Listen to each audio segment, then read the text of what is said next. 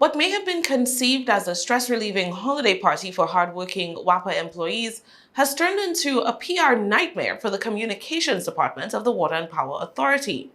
The Virgin Islands Consortium, as a publication, prides itself on being the people's watchdog, asking difficult questions, holding leaders accountable, and ensuring that organizations that serve the public do so in a transparent and above-board manner.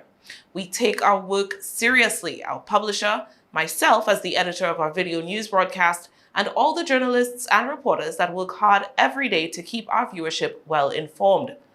Being accused of peddling fake news and misinformation is a distressing occurrence for a journalist, as although we are all human and do make mistakes, erroneous information presented by our news desk is never deliberate. So it was painful, to say the least, to see this video posted by the Water and Power Authority at 11:55 a.m. on Thursday, December 15th.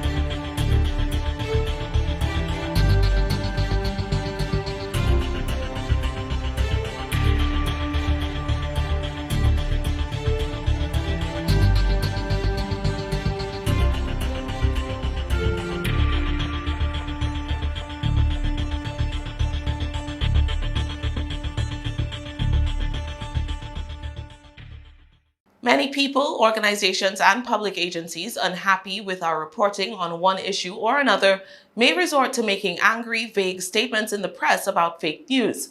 We usually ignore these.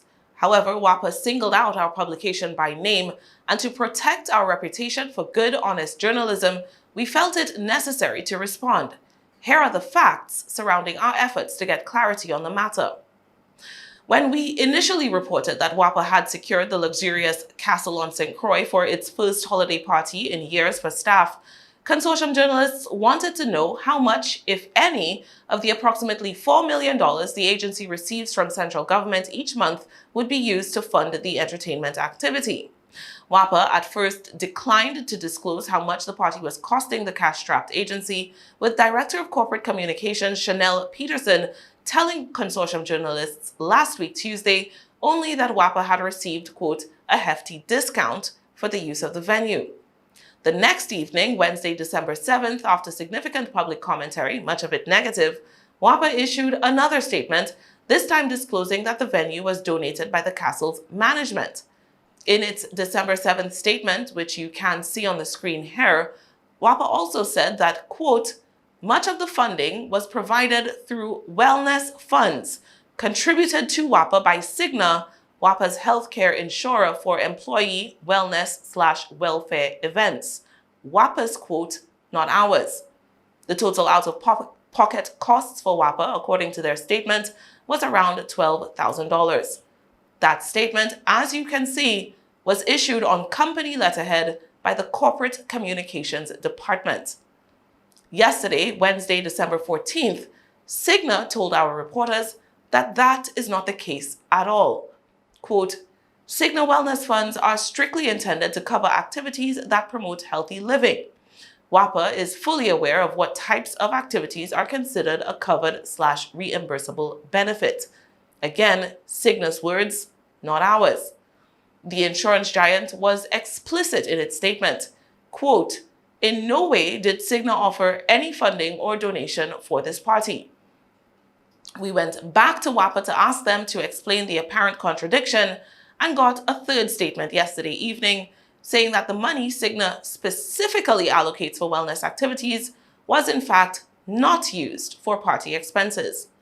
Rather, quote, when employees elect not to take advantage of the annual savings associated with their annual checkups, the authority accumulates funds through Cigna Premium. Those funds are then placed in a separate wellness bucket that is used for quality of life events and activities for employees. Again, this is WAPA's statement, not words generated by the consortium. This message was received, like last Wednesday's statement, from the company's corporate communications director. Last week, WAPA explicitly told us that the party was paid for from, quote, wellness funds contributed by Cigna. Today, WAPA accuses consortium journalists of peddling misinformation. What we did was accurately quote WAPA's own words.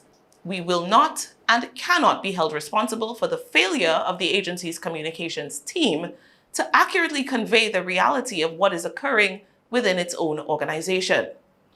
According to WAPA's video, fake news, quote, often has the intention of damaging the reputation of an organization. Our editorial desk could not agree more.